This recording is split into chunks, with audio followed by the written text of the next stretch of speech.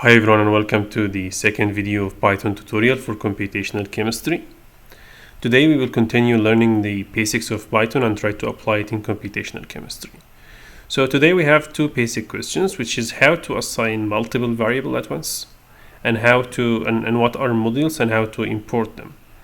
So to answer the first question, I will use a very basic equation in computational chemistry, which is Gibbs free energy, which equal the enthalpy minus temperature multiplied by entropy. And you know that Gibbs free energy is the energy required or available to do useful work. And if it is less than 0, the reaction will go spontaneously, and if it's greater than 0, the reaction will not go spontaneously. So if I want to tell Python to calculate the free energy, I have to assign the variables, which are the enthalpy and temperature and entropy. So, as we learned in the previous video, let's insert a new cell here. We could say to Python that delta S, or let's start with delta H, which is enthalpy, equal, for example, 459, just a number. And let's tell Python that delta S equal to 15, for example, which is the entropy, and tell Python that temperature equal to, say, 298 Kelvin. And then I will tell Python to assign these variables. And I will tell Python that delta G, as we know from this equation, equal to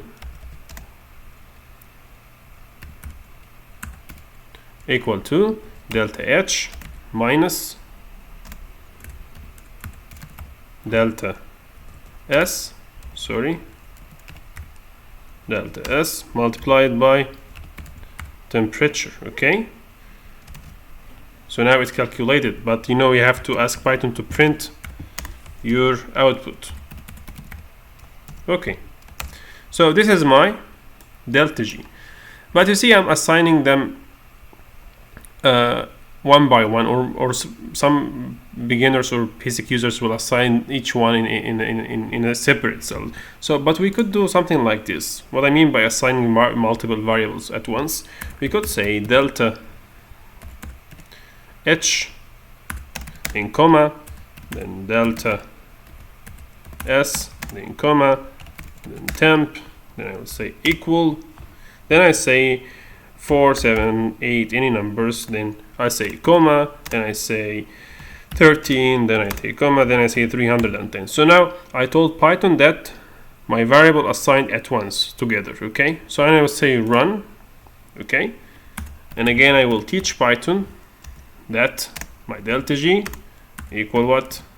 And you know, delta H minus delta S multiplied by temperature, and I will tell Python to print my delta G. Okay, and I will run it. So it gave it to me at once. So I know it doesn't make a big sense, or it doesn't make a big difference here because it's very simple. But when you go deeper to Python and you have more complicated script, it's better to define them at once. You know, when you have many variables. Okay, you don't have to go one by one. Delta H equal, delta S equal.